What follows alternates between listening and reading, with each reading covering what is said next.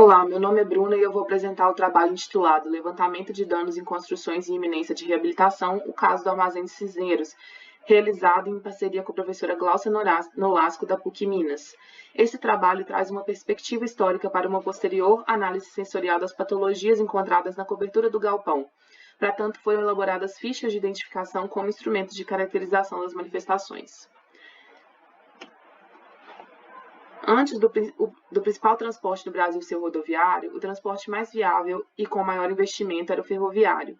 A criação e expansão das linhas era norteada pela produção econômica e era fato que muito da trama que se formou no sudeste do país tinha um destino de exportação.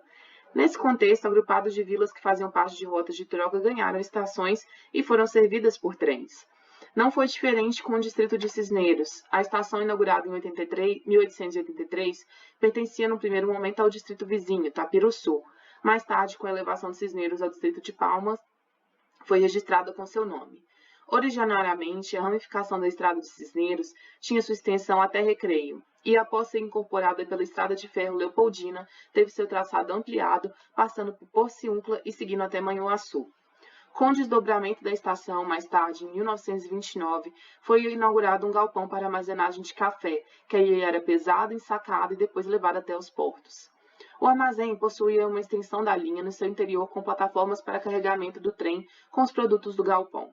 Em 1957, o armazém foi incorporado à Companhia de Armazéns e Silos de Minas Gerais, tornando-se uma das 18 unidades para armazenagem e ensilamento dos produtos do agronegócio, bem como seu comércio e transbordo. À medida que os grandes produtores e o transporte rodoviário foram crescendo, os pequenos produtores e as linhas férreas foram sendo suprimidos. Foi nessa mudança que, em 1979, o trecho Cisneiros-Porciúncula foi desativado, dando fim à linha e à estação do distrito de Palma.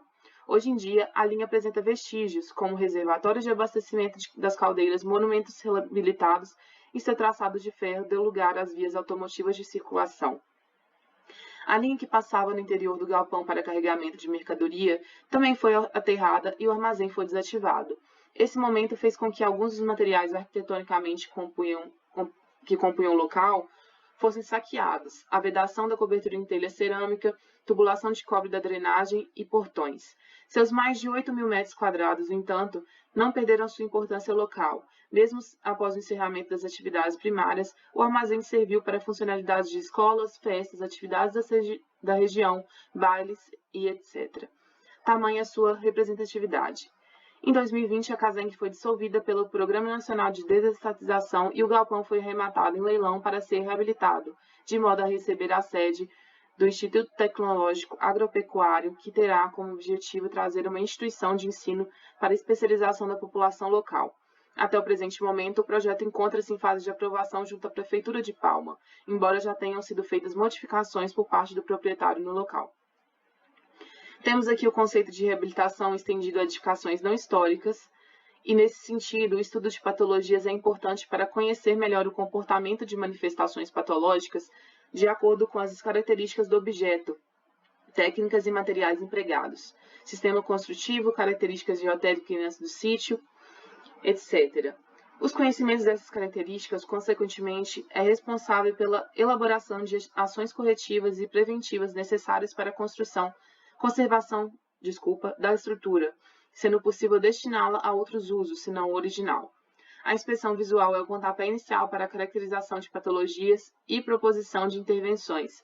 Combinado a isso, foi feita a elaboração de fichas de identificação para categorizar uma base de dados coletados em loco para subsidiar a análise posterior sobre as manifestações encontradas. As fichas, nesse caso, serão de extrema importância para identificar o estado atual da cobertura do imóvel, atribuindo aos dados encontrados as classificações conforme as orientações do IEFA. Foram feitas, então, levantamento de dados, visitas técnicas, uma construção de base de dados, ficha de identificação, caracterização conforme IEFA e propostas. Essas são as caracterizações do IEFA e, no caso, como o bem não tem descaracterização irreversível, trabalhamos apenas com os 3 primeiros parâmetros.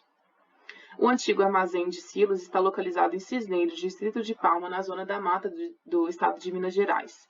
A volumetria simples, em um plano acima do nível da rua, segue uma modulação de pilares com altura de 7 metros e seus 51 por 150 metros são cobertos por uma estrutura metálica com 5 pares de águas, que antes suportavam uma carga de telhas cerâmicas furtadas pelo tempo.